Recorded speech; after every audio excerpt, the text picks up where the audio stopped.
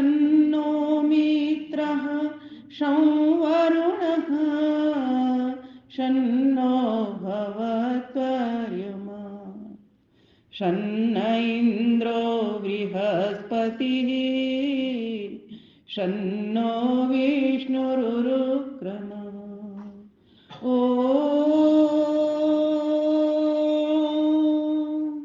नमो ब्रह्मणे नमस्ते वायो त्वमेव प्रत्यक्षं ब्रह्मासि त्वामेव प्रत्यक्षं ब्रह्म व्यदिष्यामि ऋतं वदिष्यामि सत्यं वदिष्यामि तन्मावतु तदवक्तारमवतु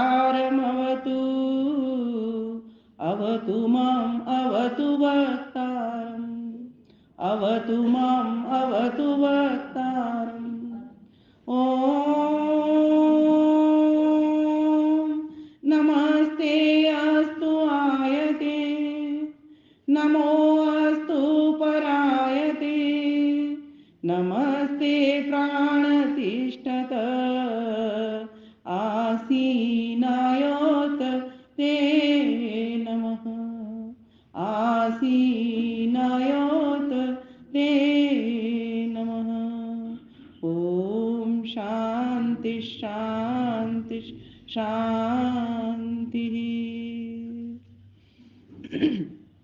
जनकपुरी C3 आर्य समाज में आज का जो ब्रह्मा का पद संभाला, वैसे तो नित्य ही कुशल धर्माचार्य पंडित भास्कर पाठक जी एवं यशस्वी प्रधान जी आदरणीय श्री जयपाल गर्ग जी एवं यशस्वी मंत्री आदरणीय BS सैनी जी, यशस्वी कोषाध्यक्ष आदरणीय गुरुदत्त प्रेमी जी, यशस्वी माता विदुषी माता आदरणीय प्रेमलता मदान जी, यशस्वी माता और भी हमारी जो साथ में बैठी हुई हैं, समस्त वंदनीय मातृशक्ति एवं समस्त धर्म प्रेमी, सत्संग प्रेमी, यज्ञ प्रेमी, वेद प्रेमी, योग प्रेमी बंधु एवं राम कृष्ण दयानंद जैसे बनने जा रहे बच्चों, हमारी उज्जवल भविष्य बेटियों सीता, गार्गी, सुलभा, मदालसा के रूप को आगे वर्ण करने वाली और नियमित यहाँ पर जो पाठ्यक्रम रहता है उस पाठ को पढ़ करके आगे बढ़ने वाली बेटियों, सभी को मैं अपना हार्दिक नमन, वंदन और अभिनंदन करती हूँ। स्वीकार कीजिए। आज का विषय मैंने स्वयं ही ले लिया, लेकिन मुझे यहाँ आकर के पता चला कि कोई दूसरा विषय इच्छित था। तो कभी भी मेरा ऐसा मानना है, हम अपने सभी लोगों से पूछ करके एक विषय तैयार करें और उसके अनुरूप अगर वक्ता के पास विषय पहुंचता है तो उसको बहुत आसानी होता है, उसके हिसाब से वो अपना चिंतन कर पाता है। क्योंकि मेरा जो फोकस रहता है या किसी भी विद्वान का फोकस रहता है, वो जिस विषय को बोलना चाहता है उसी को मन में लाता है। क्योंकि मन का भी एक स्वभाव होता है, एक बार में एक ही काम कर सकता है, वो दूसरा नहीं कर सकता। तो मैंने विषय बैठे बैठे अभी कैब में लिया, जो अपने आप वो विषय था कि आज प्रायः हर व्यक्ति दुखी है, परेशान है। किसी को किसी चीज का दुख, किसी को किसी चीज का दुख, दुखों में ही वो पूरे टाइम सना रहता है। आखिर ऐसी क्या बात है, क्यों वो इतना दुखी हो रहा है? क्या संसार परमात्मा ने हम सबको दुखी होने के लिए बनाया है, या हमें ये जो मनुष्य का शरीर मिला है ये दुखी होने के लिए मिला है? कुछ इस प्रकार के प्रश्न मेरे भीतर उठ रहे थे। मैंने कहा आज इसी विषय को खोलूंगी, और कुछ मैंने नोटिंग भी किया पेन से चलते चलते गाड़ी में, क्योंकि कल कहीं था, परसों कहीं था, और हर बार अलग अलग विषय बदल जाता है। तो हर बार नया नया चिंतन उठाना और उसको सबके समक्ष रखना, और मैं मानती हूँ ईश्वर की बहुत बड़ी कृपा है, और आप लोगों का, बुजुर्ग लोगों का, बड़े अनुभवी लोगों का मेरे ऊपर आशीर्वाद है, गुरुजनों का और प्यारे बच्चों का मुझे स्नेह प्राप्त होता रहता है। आइए एक सूत्र ले लेते हैं न्याय दर्शन का, प्रथम अध्याय के प्रथम आन्य का दूसरा सूत्र, वहां से प्रारंभ कर लेते हैं। बोलिए मेरे साथ। दुख जन्म प्रवृत्ति दोष मिथ्या ज्ञानानाम उत्तरोत्तर अपाया तदंतर अपाये अपवर्गः। व्यक्ति के दुख का कारण है इस संसार में जन्म में आना। हम सभी का जन्म हुआ है ना, इसीलिए हम सभी दुख पा रहे हैं। अगर हमारा जन्म नहीं होता तो कौन सी वे दो अवस्थाएं होती? कौन सी वे दो अवस्थाएं होती अगर हमारा जन्म नहीं होता? बेहोशी की अवस्था। अगर ईश्वर प्राणियों के शरीर नहीं बनाता तो हम या तो बेहोशी में रहते, क्योंकि इन इंद्रियों से तो होश में हैं, और या फिर हम मोक्ष की यात्रा कर रहे होते। दो ही स्थितियां हमारी बनती। लेकिन हमारा जन्म हुआ तो ईश्वर ने ये सोच करके तो हमें जन्म दिया नहीं कि ये मेरे बच्चे दुखी हों, है ना। उन्होंने क्या सोच करके दिया कि ये जो मेरे बच्चे बेहोश की अवस्था में पड़े हुए हैं, मुक्त तो मुक्त हैं ईश्वर के आनंद में, लेकिन जो बच्चे मेरे, उनका तो समय आएगा लगभग 31 नील के बाद में, तब वापस आएंगे संसार में, तो वो तो एक सृष्टि का क्रम है। लेकिन जो बच्चे मेरे बेहोश पड़े हैं, मैं उनको होश में लेकर के आऊं और उनको बताऊं, क्योंकि सृष्टि प्रवाह रूप से अनादि है, वासनाएं ये चलती रहती हैं लंबी, जब तक व्यक्ति मुक्त नहीं हो जाता तब तक चलती रहती हैं। तो इन बच्चों को मैं होश में लाऊं, जैसे एक डॉक्टर का कार्य होता है। क्या कार्य होता है बच्चों? कोई व्यक्ति अगर बेहोश हो गया तो उसको होश में लाना। तो परमपिता परमेश्वर भी हमारा वैद्य है, वैद्यों का भी वैद्य अर्थात महावैद्य है। उसने भी हमारी चिंता की। क्या चिंता की? कि मैं अपने बच्चों को जो बेहोशी में पड़े हुए उनको होश में लेकर के आऊं। तो हम सभी को जैसे जैसे हम आत्माओं के कर्म थे, उनके हिसाब से ईश्वर ने हमको वह शरीर प्रदान कर दिए।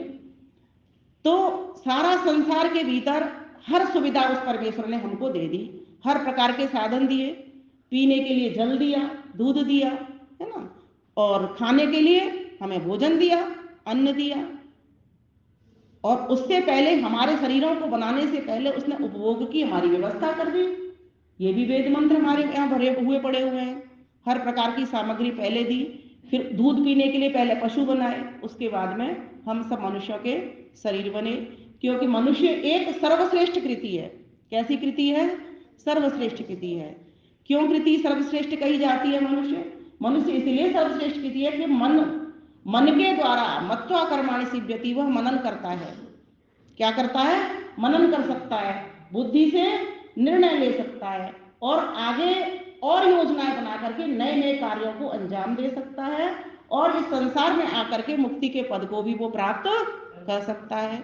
बाकी के जितने भी पशु पक्षी योनियां हैं, वे मुक्त नहीं हो सकते, वे और अधिक मनन चिंतन बुद्धि से निर्णय नहीं ले सकते। उनके पास स्वाभाविक ज्ञान है।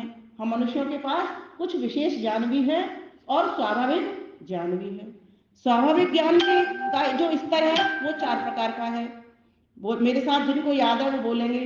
आहार निद्रा भयमैथुनं च सामान्यमेतत् पशुभिर्नराणाम् धर्मो हि तेषाम् अधिको विशेषो धर्मी नहीं ना पशुभिः समाना, पशुभिः समाना। आवाज मेरी कुछ साफ हुई है कल से?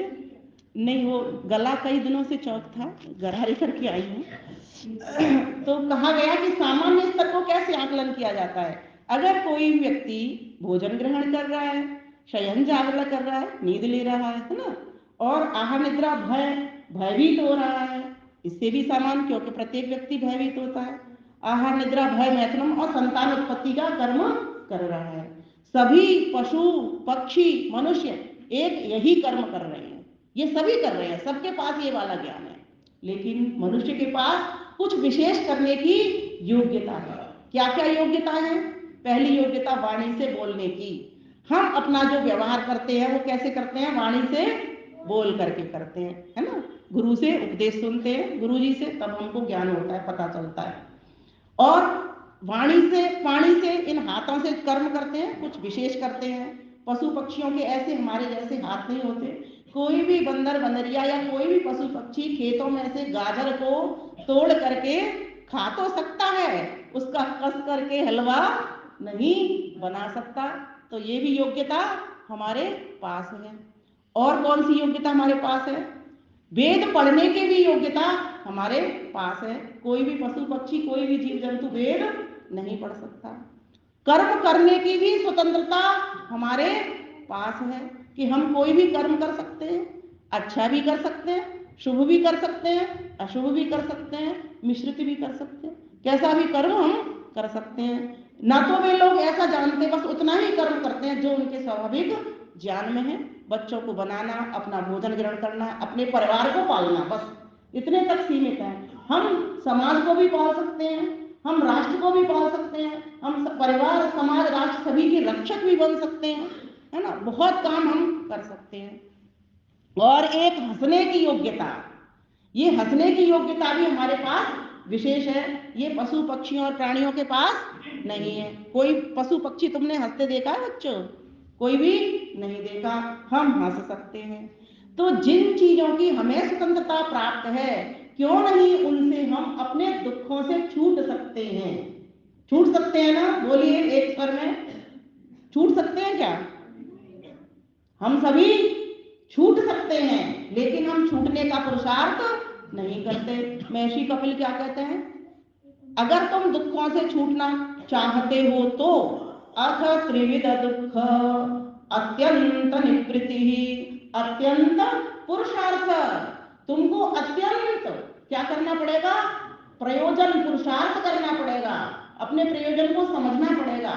पुरुषार्थ अर्थात पुरुष का अर्थ, पुरुष का उद्देश्य, पुरुष का प्रयोजन तुम्हें समझना पड़ेगा। पुरुष कौन है? एक तो मैं पुरुष हूं, एक परमात्मा। तो परमेश्वर को तो पता है अपना प्रयोजन, वो अपना काम कर रहा है। जीवात्मा को अपना प्रयोजन नहीं पता। वो अपना प्रयोजन मात्र इतना ही समझता है कि मेरे परिवार का बस मैं भरण पोषण कर लूं, अपना भरण पोषण कर लूं। और कुछ लोग तो इतने अभागे हैं कि परिवार का भी वो भरण पोषण ठीक प्रकार से नहीं कर रहे, सिर्फ अपने में ही लगे रहते हैं। इससे उनका अपना भी विकास अवरुद्ध हो जाता है। तो महर्षि गौतम ने बहुत सुंदर बात कही थी न्याय दर्शन में कि अगर तुम इन दुखों से छूटना चाहते हो तो सबसे पहले तो इन दुखों को समझ लो, अर्थात अपनी योग्यता को विकसित कर लो जो स्वतंत्रता तुमको मिली हुई है। इन दुखों को, दुख का अर्थ क्या है? ख कहते हैं इंद्रियों को, दु कहते हैं प्रतिकूलताओं को। जैसे सुख है, सु कहते हैं अनुकूलता को, ख कहते हैं इंद्रियों को। तो इंद्रियों की अनुकूलता को सुख कहते हैं, जो इंद्रियों को अनुकूल मिले लगे उसको सुख कहते हैं, जो इंद्रियों को प्रतिकूल लगे उसको दुख कहते हैं। तो दुख तो ये है। तो क्या संसार में सारी वस्तुएं परमेश्वर ने प्रतिकूल बनाई हैं माता जी? प्रतिकूल तो नहीं बनाई। जब उसने हमें साधन दिया संसार, तो प्रतिकूल तो नहीं बनाई। लेकिन मनुष्य को प्रतिकूलताएं नजर आती हैं, वो अपने हिसाब से सेटिंग करता है ना। एक व्यक्ति को वही चीज, वही ऋतु अच्छी लग रही है और एक दूसरे व्यक्ति को वही ऋतु खराब लग रही है। कई लोग सर्दियों के लिए ईश्वर को गाली दे रहे हैं। कई लोग सर्दी आई है तो ये कह रहे हैं परमात्मा तूने बड़ा सुंदर परिवर्तन किया, हमें हर प्रकार की ऋतुओं का मजा चखा रहा है, हर प्रकार के अन्न फल फूलों का मजा चखा रहा है। एक व्यक्ति इस तरह से सुख ले रहा है और एक व्यक्ति दुखी हो रहा है। लेकिन एक बात बताऊं, ये जितने भी सुखी और दुखी हो रहे हैं वो अज्ञानवश हो रहे हैं। जो योगी होता है वो तो दुख पहले से ही देख लेता है। इस सारे संसार को दुखालय समझ करके वो चलना प्रारंभ कर देता है। तो कहा कि दुख, इस दुख को जानो। और ये दुख कितने प्रकार का होता है? एक तो दुख एक प्रकार का हो गया, एक दो प्रकार का भी होता है, शारीरिक और मानसिक। शरीर के कष्ट, शरीर का दुख, मन के कष्ट, मन का दुख। तीन प्रकार का भी होता है। सांख्य दर्शन में जो कपिल ने कह दिया अथ त्रिविध दुख, बोले तीन प्रकार के, दैहिक, दैविक, भौतिक, तापा, ये तीन प्रकार के होते हैं। आध्यात्मिक दुख, अपने कारण मिलने वाला दुख, अपने जैसे मान लीजिए शारीरिक भी होता है, मानसिक भी होता है, अपने कारण होता है वो, तो बुखार लग गया या वात पित्त कफ में बैलेंस आ गया, विषमता आ गई, तो अपने कारण भी होता है। और दूसरा आदि भौतिक अन्य भूतों के द्वारा भी होता है, अन्य प्राणियों के द्वारा भी होता है। और तीसरा आदि दैविक, वो किनके कारण होता है? दैवीय शक्तियों के कारण होता है। जैसे भूकंप आ गया, पृथ्वी हिल गई, काफी सारे लोग मर गए, काफी सारे मकान गिर गए, तो भी दुखी हो रहा है व्यक्ति, है ना। तो इस प्रकार से बाढ़ आ गई बहुत तेजी से, तो भी दुख मिल रहा है ना। अनावृष्टि हो गई, अतिवृष्टि हो गई, तो भी दुखी हो रहा है। इस प्रकार से हम दुखी होते रहते हैं। तो कहते हैं अगर तुम्हें दुखी नहीं होना पड़े, और दुख 4 प्रकार का भी होता है कि नहीं होता माताओं? 4 प्रकार का भी होता है। योग दर्शन में महर्षि पतंजलि ने क्या कहा? परिणाम, ताप, संस्कार, दुखई, गुण वृत्ति विरोधाच्च दुखम एवं सर्वम विवेकिनः। विवेकी लोग 4 प्रकार का दुख इस तक में देख लेते हैं। ये साड़ी नहीं लेकर के आई हूं बाजार से, विवेकी क्या देखेगा? आगे की देखेगा कि ये फटेगी भी, इसका कलर भी उतरेगा, इसलिए दुखी नहीं होना। पुत्र मिला है, पैदा हुआ है, ये कल को जाएगा भी। पत्नी मिली है, आज है, कल को ये जाएगी भी। पति मिला है, ये आज है, कल जाएगा भी। जो व्यक्ति ज्ञानी होगा, विवेकी होगा, इस प्रकार से दुख देख लेगा। परिणाम भी देखेगा कि इसका परिणाम दुखद है। ताप भी देखेगा, ये मुझे कभी छोड़ भी सकता है, संसार की वस्तुएं मुझसे छूट भी सकती हैं। बहुत सारे उदाहरण बनेंगे, लेकिन मैं अपने विषय को पूरा करूंगी 40 मिनट के अंतर्गत, इसीलिए मैं आगे बढ़ रही हूँ। परिणाम, ताप, संस्कार, और भीतर जो संचित संस्कार है, पिछली बार किसी 1 साल पहले किसी से झगड़ा हुआ था, वो संस्कार पड़ा हुआ है चित्त के भीतर, क्योंकि चित्त हमारा स्टोर है, उसमें सारा कैसेट भर जाती है, सारा सॉफ्टवेयर हमारा उसी में लगा हुआ है, जैसे मोबाइल होता है ना, इस तरह से तो भरा हुआ पड़ा रहता है। तो जब वो व्यक्ति उपस्थित होगा, आलम्बन में आएगा, तो वो व्यक्ति से हमें क्या मिलेगा? दुख में प्रारंभ हो जाएगा कि ये वो वही व्यक्ति है, ये खराब व्यक्ति है, ये आया, अब ये मुझको दुख देगा, तो व्यक्ति दुखी हो जाएगा। इस प्रकार से संस्कार के कारण भी दुखी होता है। परिणाम, ताप, संस्कार और गुण वृत्ति विरोधाच्च। गुण वृत्ति, हम सतोगुण, रजोगुण, तमोगुण, इससे हमारा मन और बुद्धि बने हुए हैं। सारे संसार की वस्तुएं सतोगुण, रजोगुण, तमोगुण से हर कुछ, कोई भी पदार्थ ऐसा नहीं है जो बना है, जिसकी उत्पत्ति हुई है, क्योंकि उत्पत्ति किसकी हुई है? संसार की हुई है, ना आत्मा की हुई, ना परमात्मा की हुई। तो एक दिन ये मिटेगा ही मिटेगा, ये जाएगा ही जाएगा। तो उसमें क्या होता रहता है? द्वंद्व चलता रहता है। और ये जो गुण वृत्तियों में जो द्वंद्व चलता है ना, सतोगुण का, रजोगुण का और तमोगुण का, ये जबरदस्त चलता है। जैसे अभी मेरे मन में उभरा संस्कार, जब मैं कैसे आ रही थी कि मैं मंदिर जा रही हूँ, अच्छे काम के लिए जा रही हूँ, ध्यानपूर्वक समझना मेरी बात को, मैं जा रही हूँ अच्छा काम है, ये मेरा सतोगुण हो रहा है, इसलिए मेरे मन में ये विचार था। लेकिन थोड़ी देर के बाद मेरे मन में विचार क्या आता है? सतोगुण दब जाता है, रजोगुण बढ़ता है।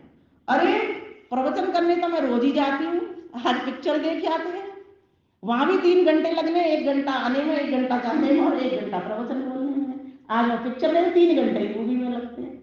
अब ये क्या हुआ? रजोगुण का उभार आ गया। अब थोड़ी देर और चली और कैसे आगे बढ़ी, तो रजोगुण को भी दबा दिया किसने? तमोगुण ने। तमोगुण आ गया, सतोगुण भी दब गया, न मंदिर जा सकी, न पिक्चर हॉल जा सकी, लेकिन अब तमोगुण आ गया। तमोगुण ने कहा क्या? पिक्चर तो मैं देखती रहती हूँ हर मास में 1 बार, प्रवचन तो मैं डेली करती ही रहती हूँ हर बार, हर दिन, लेकिन आज ऐसा करते हैं, कहीं ऐसी जगह पर चलते हैं, गलत जगह पर चले जाते हैं, मैं नाम नहीं लेना चाहूंगी। अब देखो सतोगुण भी दब गया, रजोगुण भी दब गया, अब क्या उभर आया? तमोगुण।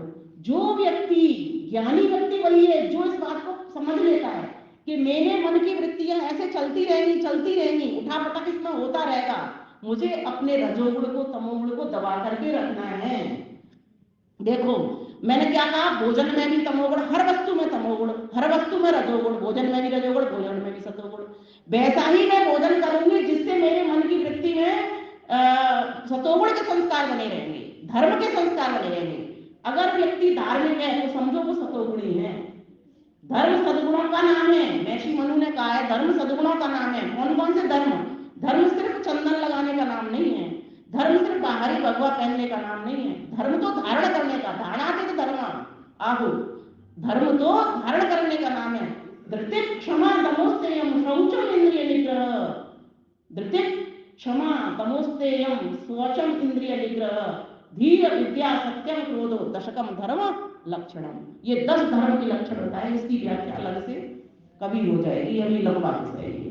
तो मैं ये बताना चाह रही हूँ आपको, इन 4 प्रकार के दुखों से बचने के लिए जो योगी व्यक्ति होता है वो कैसे समझ लेता है कि संसार में तो हर सुख के भीतर ये 4 प्रकार के दुख मिले हुए हैं, और दुख 5 प्रकार के भी होते हैं। कौन से होते हैं आदरणीय गर्ग साहब? 5 प्रकार के दुख भी होते हैं। क्लेश, पंच क्लेशा, अविद्या, अस्मिता, राग, द्वेष, अभिनिवेश, पंच क्लेशा। क्लेश 5 भी होते हैं। ये आपको भी बोलने के लिए काम में आने वाली वस्तु है। तो कहा कौन से? बोले अविद्या। बोले अविद्या किसको कहते हैं? मिथ्या ज्ञान को कहते हैं। सरल भाषा में अगर एक शब्द में कहेंगे तो मिथ्या ज्ञान क्या हो रहा है? हमको इस शरीर को ही हम आत्मा समझ बैठे हैं, इस संसार को ही हम आत्मा समझ बैठे हैं। इसीलिए हमारा जो व्यवहार हो जाता है वो किसकी अनुसार हो जाता है? बुद्धि की वृत्तियों के अनुसार। दृष्टा, दृष्टि मात्र। आदरणीय भ्राता जी को, मदान साहब को नमस्कार करती हूँ, आए हैं इतनी ठंडी के भीतर।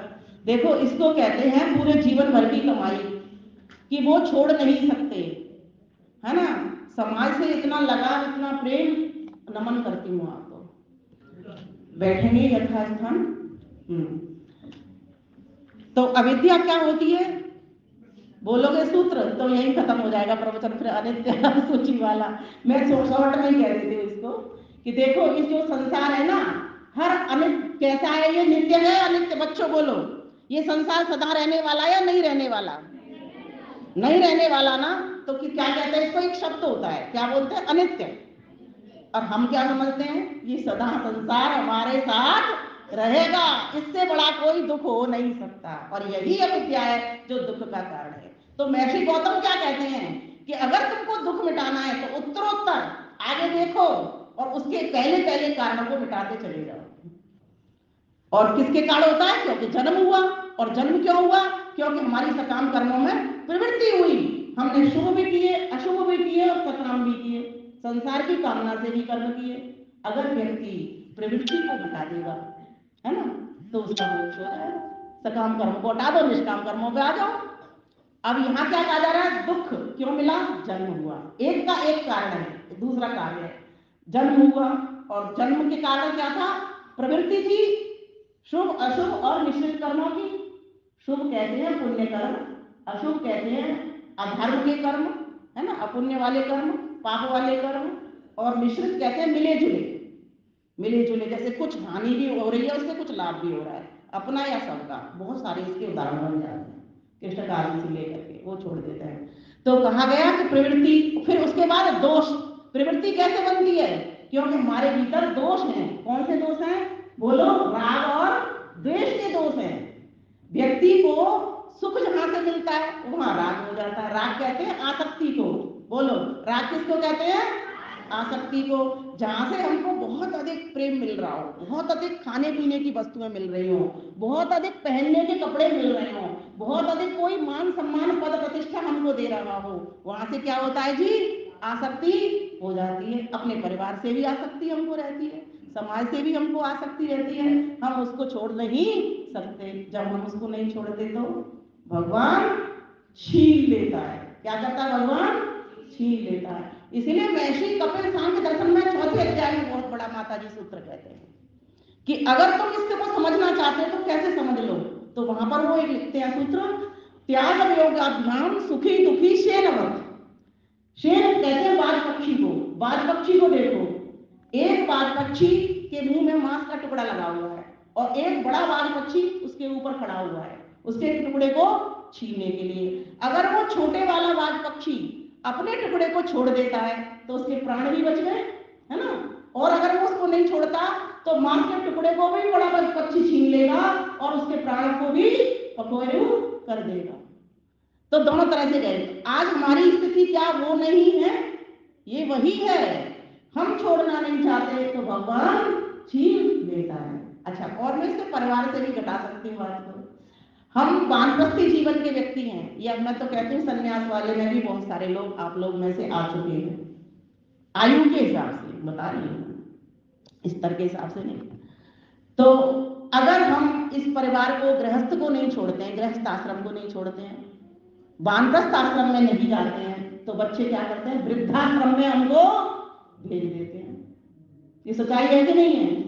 आज वृद्धाश्रमों की संख्या इसलिए हो रही है, बढ़ रही है, इस कारण में कोई नहीं जा रहा क्योंकि लोगों ने वानप्रस्थ आश्रम में जाना छोड़ दिया। हमारी यहाँ की व्यवस्था कितनी सुंदर थी आश्रमों की, क्रमशः चलो, ब्रह्मचर्य को धारण करो, अपनी उन्नति करो, व्यक्तिगत उन्नति करो, उसके बाद गृहस्थ में जाओ, परिवार की उन्नति करो, और उसके बाद वानप्रस्थ में जाओ, समाज की उन्नति के लिए भी तो जीवन दो।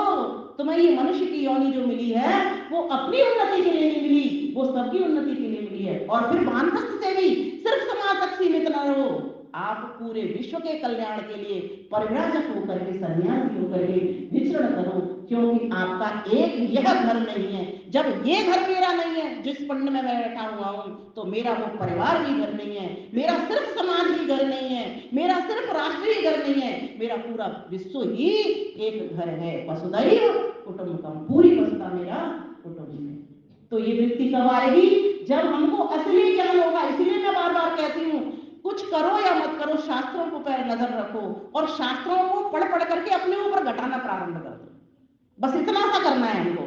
जो पढ़ी बात उसको अपने ऊपर देखो, दूसरे से कहने से पहले अपने ऊपर घटा के देखो, क्योंकि उसी वाणी का प्रभाव जाएगा। क्या मैं ऐसा कर रही हूं? क्या मेरे जीवन में कोई दोष है, या मेरे जीवन ठीक है, अच्छा चल रहा है? अगर मैं अपने आप से संतुष्ट हूं कि मेरा जीवन अच्छा चल रहा है, ध्यान से समझना, वो झूठ बोल रहा है। इतने दोष, इतनी बुराइयां, आप एक दिन में 100 बुराइयां भी अगर हम अपने अंदर से निकालना प्रारंभ कर दें, तो मेरा ऐसा मानना है तब भी हम दोषों का पिंड बने हुए हैं, इसलिए हमारी मुक्ति होती है। तो कहा कि आपको क्या करना पड़ेगा? सुखानुसई राग दुखानुसई द्वेष। जहां से दुख मिल रहा है उनसे द्वेष नहीं करोगे, गारंटी लीजिए। जो लोग तुमको दुखी कर रहे हैं उनसे द्वेष नहीं करोगे। सोचोगे इसकी वृत्ति ऐसे ही है, ये ऐसे ही बोलता है, ऐसे ही ये मुझे दुख पहुंचा रहा है। जिस भोजन से मिलता है उसके बारे में भी ये सोचो, ठीक है मैं बच के रहूंगी इससे, लेकिन बुरा तो कोई भोजन नहीं हो सकता है मेरे लिए बुरा हो, मेरे भी बात पित्त कफ नहीं चाहते हो इसको, है ना? तो हो सकता है ये दूसरे के लिए, और वास्तव में ऐसा होता भी है। एक भोजन दूसरे के लिए हितकर है, जो भोजन हमारे लिए अच्छा नहीं है वो दूसरे के लिए अच्छा होता है, जो दूसरे के लिए अच्छा है वो हमारे लिए भी अच्छा नहीं होता। ऐसा भी देखने में आता है। हम देखते हैं ना 10 भोजन घर में बनते हैं, किसी का बात बिगड़ा है तो उसको दूसरा भोजन चाहिए, पित्त बिगड़ा है दूसरा भोजन चाहिए, कफ बिगड़ा है दूसरा भोजन चाहिए, किसी के बैलेंस है तो उसको दूसरी डाइट चाहिए। तो ये हर किसी के साथ में ये बना हुआ। तो सतोगुण, रजोगुण, तमोगुण, इनको सब संसार में हम समझना प्रारंभ कर देते हैं, भोजन में, भजन में, हर चीज में समझना प्रारंभ कर देते हैं, वस्त्र में, दुकान में, घर में। तो हमें बहुत बड़ा ज्ञान मिलता है और उस ज्ञान से हमको बहुत बड़ा लाभ मिल जाता है।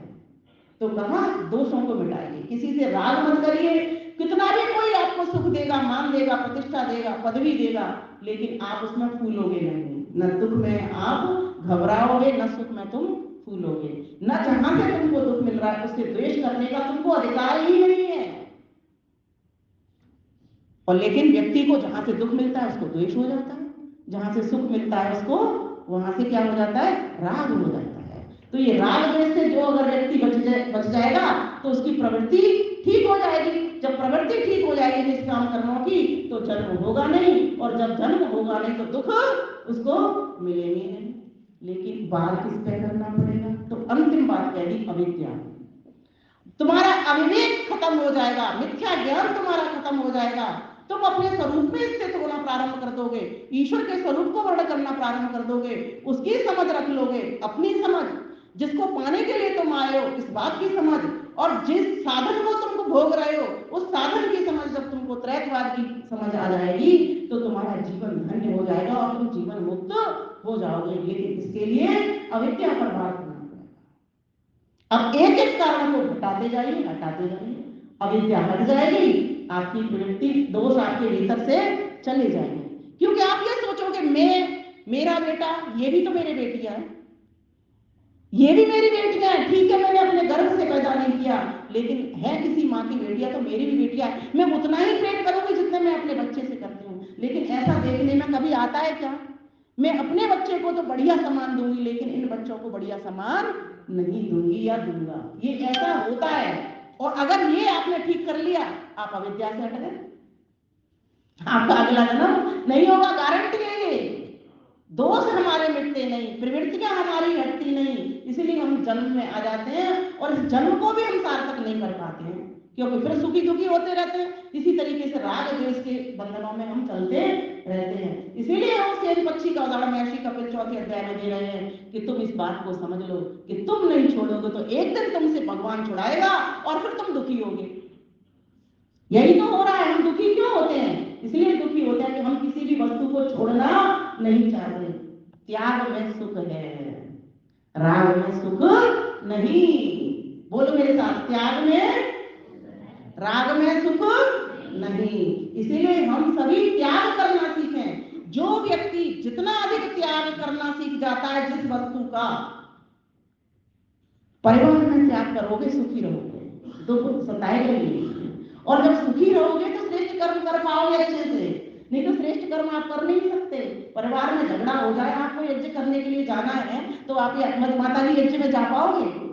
नहीं जा पाओगे। परिवार में सब सुख है, मीन्स सभी शांत हैं, सुखी हैं अंदर से, तो आप आराम से चले जाओ। बहू भी कह देगी, सास भी कह देगी, है ना, माता पिता भी बोल देंगे, कोई भी बोल देगा कि जाओ बेटा जाओ। कहने का बात यहाँ पर यह है कि अगर हम ये चाहते हैं एक भी दुख नहीं मिले हमको, तो हम इस बात को, इस विषय को समझ लें महर्षि गौतम जी को, और उस परम पिता परमेश्वर को अटूट संबंध, उसको अति प्रिय अतिथि के समान बना लें। बोलो मेरे साथ, प्रेष्ठम वो अतिथिम तुसे, बोलिए, प्रेष्ठम वो अतिथिम तुसे मित्रमिव प्रियम, मित्रमिव प्रियम अग्नेरथम न वेद्यम, अग्नेरथम न वेद्यम। संसार के जितने भी संबंध हैं वे सारे के सारे प्रिय तो हैं। सभी के साथ में क्या बोला जाता है? मेरी प्रिय पत्नी, मेरा प्रिय पति, मेरा प्रिय पुत्र, मेरी प्रिय पुत्री, मेरे प्रिय पंडित जी, मेरे प्रिय प्रधान जी, मेरे प्रिय मंत्री जी, मेरे प्रिय कोषाध्यक्ष जी, मेरे प्रिय आप सभी, और मेरे प्रिय बच्चे। ये तो बोल सकते हैं, लेकिन अति प्रिय, प्रेष्ठम, वेद कह रहा है, मैं नहीं कह रही। सामवेद का माता जी बोलने के लिए काम आएगा 5वां मंत्र। प्रेष्ठम, अति प्रिय तो वही है। क्यों अति प्रिय है? क्योंकि अतिथिम, वो अतिथि है। अब अतिथि कितने लोगों को प्रिय होते हैं? जो सामान्य अतिथि होते हैं, जो बहुत कम लोगों को प्रिय होते हैं। नहीं तो अतिथि यज्ञ प्रति घर से नित्य चला जाए। 5 महायज्ञों में नैतिक जो कर्तव्य होता है वो नित्य प्रति हो जाए, किसी को प्रिय नहीं होते। और हम बात कर रहे हैं अति प्रिय अतिथि की, प्रेष्ठम की बात कर रहे हैं, जो कि सर्वश्रेष्ठ है, ज्येष्ठ है। वो कैसे प्रिय है? कह रहे वो अतिथि है। अतिथि कैसे है? तिथि का अभाव। तिथि का अभाव क्या? ये जो कालचक्र है, इसके कालचक्र से परे। महर्षि पतंजलि क्या कहता है? पूर्वेशामपि गुरु कालेन अनवच्छेदात्। ऐसा अतिथि है वो। हम लोगों की तिथि होती है आने जाने की, लेकिन ईश्वर की कोई तिथि नहीं है। ये तिथि बनाने का निर्माता तो वही है, प्रोड्यूसर तो वही है, तिथि उसने हमारे लिए ही बनाई है। इसलिए दुखों से छूटना चाहते हो तो क्या करो? उस अति प्रियता को समझ लो।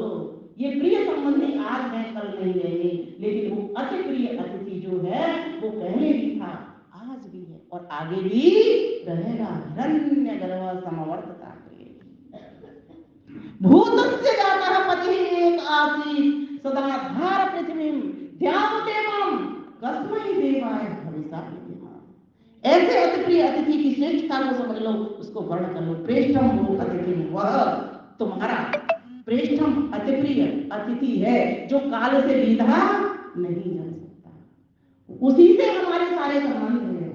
संसार के एक व्यक्ति से 2 संबंध हो सकते हैं, 4 संबंध हो सकते हैं, लेकिन परमेश्वर से तो दुनिया में जितने संबंध हैं वो तो है ही, लेकिन और भी आगे अनंत संबंध उससे, उसके गुण कर्म स्वभाव के अनुसार हमारे सर पे बने हुए हैं। माता पिता हम उसके पुत्र होते हैं।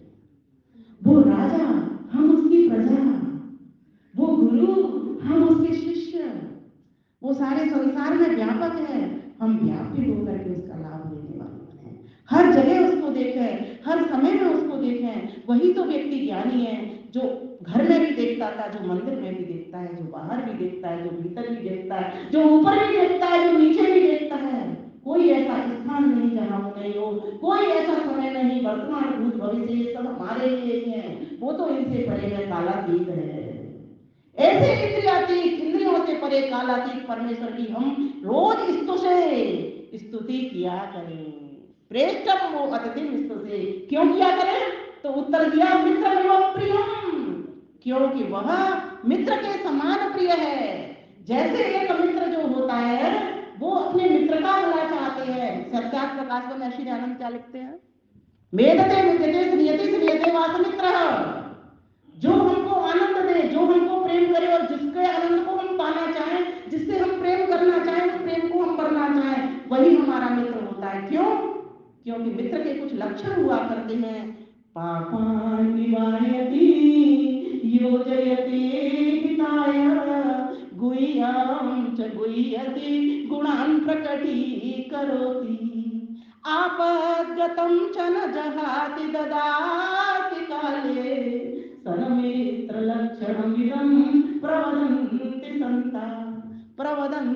संता। मित्र के बहुत सारे लक्षण कहे गए, उन लक्षणों में से जो विशेष लक्षण है, जो मित्र होता है अपने मित्र का पथ प्रदर्शक होता है, सही मार्गदर्शन करने वाला होता है। इसीलिए अगर तुम दुखों से छूटना चाहते हो तो सर्वप्रिय को, अति प्रिय को, आप अतिथि जो है, जो काल से नहीं जीता जा सकता, ऐसे को मित्र बना लीजिए। हर पथ पथ पर, पग पग पर, पदे पदे आपको वो सलाह देता है, लेकिन हम समझ नहीं पाते। अच्छे काम के लिए प्रेरणा करता है, उत्साह करता है, उमंग बढ़ता है, बुरे काम के लिए रुकावट डालता है, भय दिखाता है, शंका में लाता है, लज्जा दिखाता है, लेकिन हम उसकी नहीं सुन रहे। कब सुनेंगे? जब हमको ईश्वर का लाभ, सही लाभ हमको पता चल जाएगा कि वो ही हमारा असली मित्र है, जो पग पग पर हमारी रक्षा करने के लिए। कोई मां संसार में मुझे ऐसी बता दो जो मां अपने बच्चे की रक्षा नहीं करती, लेकिन वो जगत जननी मां सभी बच्चों की रक्षा के लिए उसने संसार बनाया कि इस साधन समझो, ये साध्य नहीं है, साध्य तो परमपिता परमेश्वर है। हम ऐसे सच्चे साधक बने जिससे कि हम अपने उस ईश्वर को वर्ण कर पाए, जो कि अग्नि रथम नवेद्यम, जो अग्नि है, अग्रणी है। अग्नि अग्रणी भवती, बहुत सारे इस अग्नि के पर्याय शब्द भी हैं, निरुक्त के अनुसार भी हम देख सकते हैं। और रथम वो हमारा आधार है। जैसे ये शरीर रथ है ना, यम नचिकेता उसमें संवाद में क्या बताया कठोपनिषद में, ये शरीर रथ है, ये इंद्रियां घोड़े हैं, मन हमारा सारथी है, बुद्धि निर्णय ले रहा है ना, मन बुद्धि हमारे सारथी का काम कर रहे हैं, और विषय जो है वो सड़कें हैं, रूप पे, रस पे, गंध पे, स्पर्श पे, शब्द पे, ये इंद्रियां हमारी दौड़ी चली जा रही हैं। इन इंद्रियों पर लगाम लगाना सीखें। जो कुशल सारथी होता है, जो ठीक बुद्धि से निर्णय ले लेता है, वो इस रथ को सुरक्षित रखता है। जो कुशल सारथी नहीं होता, जो सही निर्णय नहीं लेता, वो गाड़ी को गड्ढे में गिरा देता है। तो परमेश्वर कैसा है? हमारा रथ है, जो हमारे रथ को प्रतिक्षण संभाले हुए है, हमारा रथ वाहक है, हमारे वाहन को चलाने वाला सारथी है।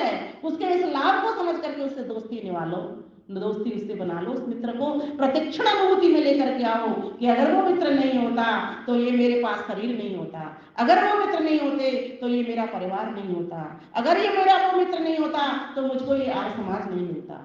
सब ईश्वर की कृपा है। जब मनोबुद्धि ईश्वर की कृपा है तो बताओ बचा क्या? सारी उपभोग की सामग्री उस ईश्वर मित्र ने हमको दे रखी है। तो वही हमारा वाहक है, वही हमारा आधार है, इसलिए उसको सर्वाधार कहा। सबका आधार है, केवल मेरा नहीं, आपका नहीं। परिवार के लोग आपके हो सकते हैं, मेरे परिवार के मेरे हो सकते हैं, लेकिन उसका जिसका पूरा सकल ब्रह्मांड परिवार हो, यदि भूमि प्रमा अंतरिक्षम उदोदरम, बहुत बड़े बड़े मंत्र सूत्र बहुत सारे इन व्याख्याओं के साथ लग जाते हैं, 3 घंटे की कथा ही कम पड़ जाती है, पर चूंकि समय की अपनी सीमा होती है, कुछ पंक्तियों के साथ में अपनी बात को विराम करूंगी कि हम सभी अग्नि रथम नवेद्यम, उस रथवाहक परमेश्वर से मित्रता करना शुरू कर दें, उसको मित्र बना लें, जो कि हमको पापों से छुड़ाता है, पुण्य की ओर बढ़ाता है, जो हमारी हर विपत्ति में सहायता करते हैं। जब संसार के सारे दरवाजे बंद हो जाते हैं तो वही एक मात्र परमपिता परमेश्वर ही, उसी का एक दरवाजा कभी बंद नहीं होता। रात को रिश्तेदार सो जाएगा, अपने घर के लोग सो जाएंगे, वो कभी सोता नहीं। बाहरे बाहर ईश्वर तू कभी सोता नहीं। सभी अपने बच्चों के साथ सो जाती हैं, माताएं भी अपने बच्चों के साथ सो जाती हैं, तू कभी सोता नहीं। कुछ सोए कौन जिसको जागने की आवश्यकता है, तू तो सदैव ही जगा हुआ है। ऐसे परमपिता परमेश्वर की हम सब शरण में आए। और आइए कुछ पंक्तियों के साथ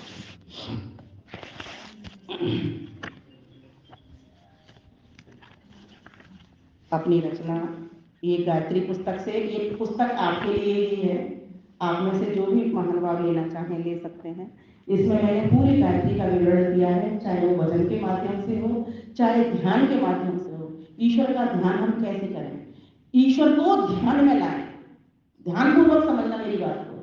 ईश्वर का ध्यान कैसे करें, ईश्वर को ध्यान में लाएं, ईश्वर की स्मृति प्रतिक्षण बनाएं। यद करोसि यदत्नासि यद जुहोसि तदासि यद तपस्यसि कौन्तेय तत्कुरुष्व मदर्पणम्। कृष्ण भगवान गीता में क्या कहते हैं, तुम जो कुछ करते हो, जो कुछ खाते हो, जो कुछ यज्ञ में आहुति लगाते हो, सब मेरे अर्पण कर दो। ईश्वर प्रधान जब तक नहीं होगा तब तक आप अपने शरीर का लाभ नहीं ले रहे। इस मानव की गाड़ी का, आप साइकिल की गाड़ी में नहीं हो, आप कार की गाड़ी में नहीं हो, आप हवाई जहाज की गाड़ी में हो। हवाई जहाज अगर साइकिल की गति से उड़ने लगेगा तो गिर जाएगा। हम हवाई जहाज में बैठे, हम दैवी ज्ञान में भीतर सूत्रमान, हम किसमें बैठे, हवाई जहाज में बैठे हुए हैं। दिव्य नौका है ये, इसके भीतर बैठे हुए हैं। इस दैवी नौका की सार्थकता तभी है जब इस दैवी ज्ञान के द्वारा उस परम पिता परमेश्वर को पा लिया जाए। तो आइए गायत्री मंत्र जो है, जिसके द्वारा हम ध्यान करते हैं शब्दों के माध्यम से, और शब्दों को अपने मन में मस्तिष्क में बिठा करके शब्दों के द्वारा उस स्वरूप का निहार करते हैं, उस मन को उस परमेश्वर से जोड़ते हैं कि प्रभु तुम कैसे हो। तो गायत्री मंत्र आपके लिए नौका का काम करती है। आइए इस पुस्तक के माध्यम से इस गीत को मैं बोलती हूँ। गायत्री वर की दात्री, तब एक नाम सावित्री, जो भी जपे निरंतर प्रतिदिन, सफल वही तन यात्री। गायत्री वर की दात्री, बोलिए गायत्री वर की दात्री, तब एक नाम सावित्री, जो भी जपे निरंतर प्रतिक्षण, सफल वही तन यात्री। गायत्री वर की दात्री, सुख भरनी दुख भरनी माँ, सुख भरनी दुख भरनी माँ, शीतल ठंडी तेरी छाँ, शीतल ठंडी तेरी छाँ, रहे दूर सब कष्ट व क्लेश, जपे निरंतर नित्य हमेश, जप कर शुद्ध व्यवहार बने, प्रीति प्रभु कर तार सने, जो भी तेरी शरण में आया, करे प्रार्थना मात्री। गायत्री वर की दात्री, गायत्री वर की दात्री, तब एक नाम सावित्री, जो भी जपे निरंतर प्रतिदिन, सफल वही तन यात्री। गायत्री वर की दात्री, तन मन चंदन कर दी माँ, बोलिए तन मन चंदन कर दी माँ, जीवन कुंदन कर दी माँ, जीवन कुंदन कर दी माँ, वंदन अभिनंदन सिखलाती, प्रीति नमन का पाठ पढ़ाती, वंदन अभिनंदन सिखलाती, प्रीति नमन का पाठ पढ़ाती, निष्दिन प्रातः सायं पल, बोलो बच्चों, निष्दिन प्रातः सायं पल, अखिल विश्व ब्रह्मांड सकल, अखिल विश्व ब्रह्मांड सकल, चराचर दर्शन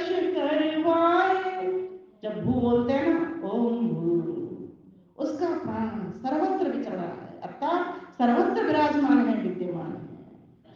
चरवाचर दर्श करवाए, पथ प्रशस्त निर्मात्री, गायत्री वर की दात्री, तब एक नाम सावित्री, जो ही जपे निरंतर प्रतिक्षण, सफल वही तन यात्री, गायत्री वर की दात्री। वरण वरेण्यम करवाए, 29 नंबर पेज, वरण वरेण्यम करवाए, विमल गर्भ से महकाए, ज्ञान मिले अज्ञान मिटे, काम क्रोध सब मान मिटे, गान से मिलती शक्ति है, ध्यान से खिलती भक्ति है, जो भी करे भाव उच्चारण, निर्मल मन की दात्री, गायत्री वर की दात्री। आओ नित्य नियम से गान करें, अर्थ सहित जप ध्यान करें, तब जप तदर्थ भाव, बुद्धि भरे विज्ञान भरे, जपे तपे प्रभु पान करे, बुद्धि शुद्ध करने वाली, ओज तेज भरने वाली, विमल वेद करते यश गायन, सुख बल बुद्धि प्रदात्री, गायत्री वर की दात्री, गायत्री वर की दात्री, तब एक नाम सावित्री, जो भी जपे निरंतर प्रतिदिन, सफल वही तन यात्री, गायत्री वर की दात्री, गायत्री वर की दात्री, गायत्री वर की दात्री। आप सभी का बहुत बहुत धन्यवाद करती हूँ। आदरणीय जय Parvati ji, D S G का धन्यवाद करती हूँ मुझे ये शुभ अवसर प्रदान करने के लिए। धन्यवाद सभी।